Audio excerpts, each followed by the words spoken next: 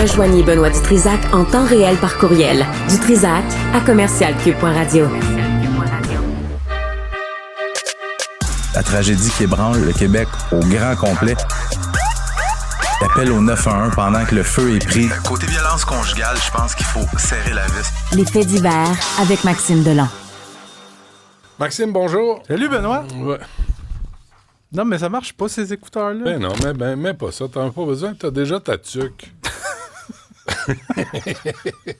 T'as gardé au chaud. Comment tu vas, là? C'est vendredi. Ça va. Ben, la première semaine de 2025, c'est fait, c'est passé. Fait que on est comme sur une méchante lancée. lancée. Des résolutions? Non. Okay. Ben, je les tiens pas.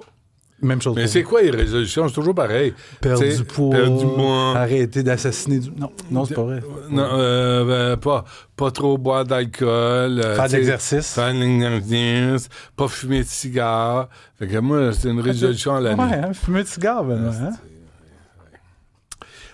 Suspect d'un cas de violence conjugale extrême qui serait mort. C'est un texte que je viens tout juste de sortir sur nos sites Internet.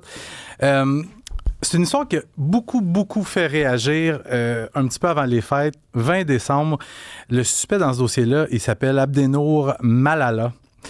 Lui, il vient de se faire laisser par sa blonde et il n'accepte pas la rupture, comme on l'a vu tellement souvent. Ouais. Donc, Malala se présente au domicile de son ex-conjointe qui, elle, c'est tôt le matin, elle se prépare pour aller travailler. Il la surprend dans le garage intérieur, il te la ramasse, il la bat, il la poignarde plusieurs fois à coups de tournevis. Elle est semi-consciente. Ah, ça, c'est la tête de champion, là. Ouais. Il la ramasse, il la met sur la banquette arrière du véhicule de sa victime. Il embarque, lui, derrière le volant. Il descend, il roule un petit peu vers nulle part. Il se retrouve sur la rive sud de Montréal, sur le chemin des Patriotes, à Saint-Jean-sur-Richelieu. Puis à un moment donné, il y a une ouverture vers la rivière et il projette la voiture dans la rivière Richelieu. On s'entend, la rivière Richelieu, à ce temps-ci de l'année, c'est assez froid, merci. Les policiers sont appelés sur les lieux. On essaie d'aller chercher la fille, mais on n'a pas les équipements nécessaires. On fait appel aux pompiers et on a réussi à sauver in extremis cette jeune femme de 23 ans-là, gravement blessée, qui souffrait d'hypothermie. Mais on n'a pas de nouvelles d'Abdenour Malala. Mais il y a toutes sortes de recherches qui ont été faites. On se disait, il a peut-être sombré, mais il y a des témoins qui le voyaient nager vers le rivage. Mais il n'y a jamais personne qui l'a vu sur la terre ferme. Fait que ce qu'on a fait, on a fait des barrages routiers. Même moi, j'ai passé par un de ces barrages-là. On a vérifié dans ma valise tout d'un coup que je cacherais le suspect. Ben oui. Il y a un drone qui a été utilisé pour survoler la scène. Il y a des cours arrière qui ont été vérifiés, inspectés, des cabanons, et on n'a pas de traces de lui. Et ce qu'on me dit maintenant, autant du côté de la police de Saint-Jean-sur-Richelieu que du SPVM, selon mes sources, Abdenour Malala, il n'aurait jamais regagné le rivage et il aurait sombré dans la rivière Richelieu.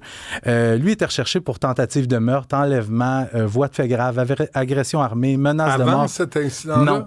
Sauf que là, il y a quelque chose qu'il va falloir que je vérifie parce que un mois avant l'événement, on me dit que la victime aurait possiblement porté plainte contre lui pour menace de mort.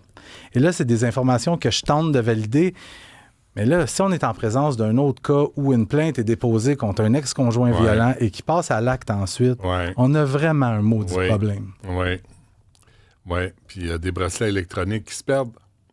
Mais officiellement, il n'était pas encore accusé, il n'avait pas encore été arrêté pour ça. Fait que, mais s'il y a une plainte, là, parce qu'il se passe quelque chose. Enlevez-vous les doigts dans le nez, puis let's go. Un employé d'UPS qui faisait quoi? Qui pigeait directement dans le pot de bonbons, mon Benoît. Il est un peu trop gourmand, notre employé d'UPS.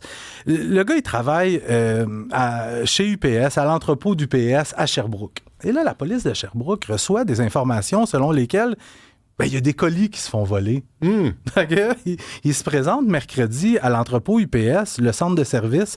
Il retrouve pour 10 000 $ de colis volés. Et le suspect se trouve sur place, un suspect de 23 ans. Donc, on le menotte, on l'amène au poste de police pour l'interroger. Et parallèlement à ça, les policiers qui obtiennent un mandat de perquisition pour aller fouiller sa résidence.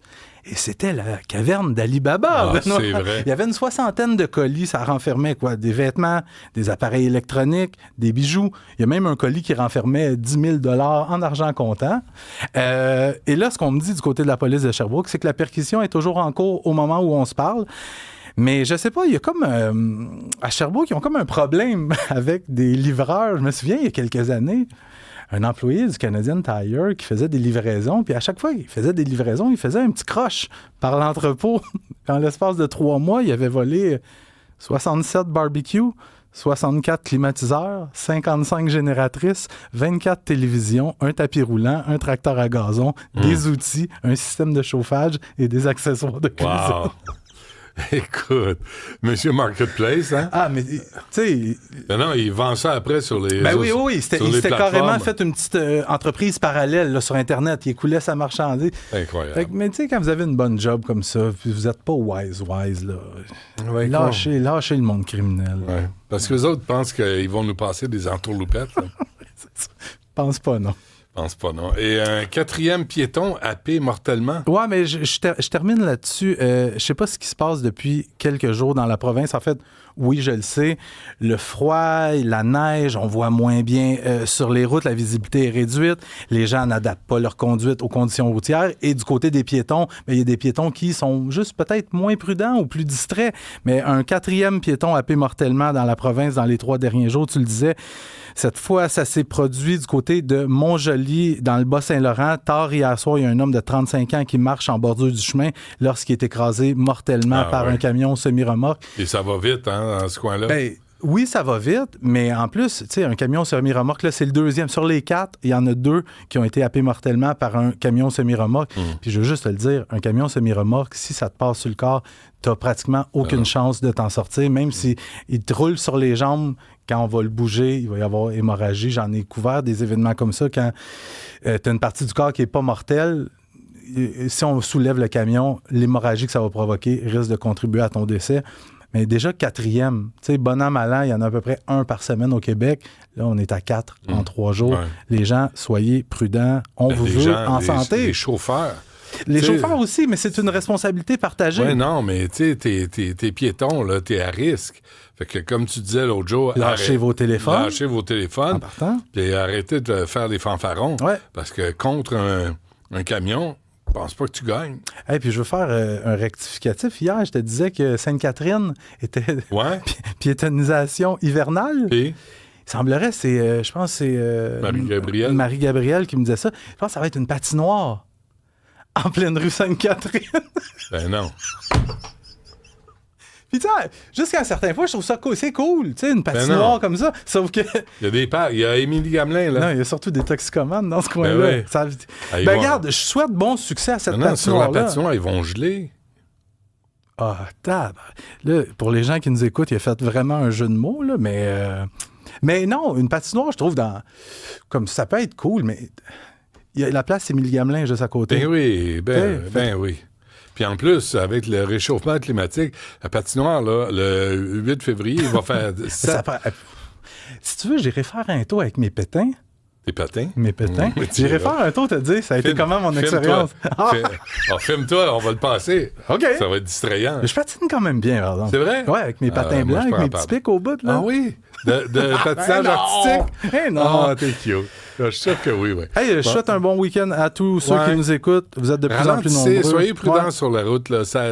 C'est glissant en plus là, avec le froid. Alors, merci. C'est fin. Portez-vous bien. Toi aussi. À lundi. Salut.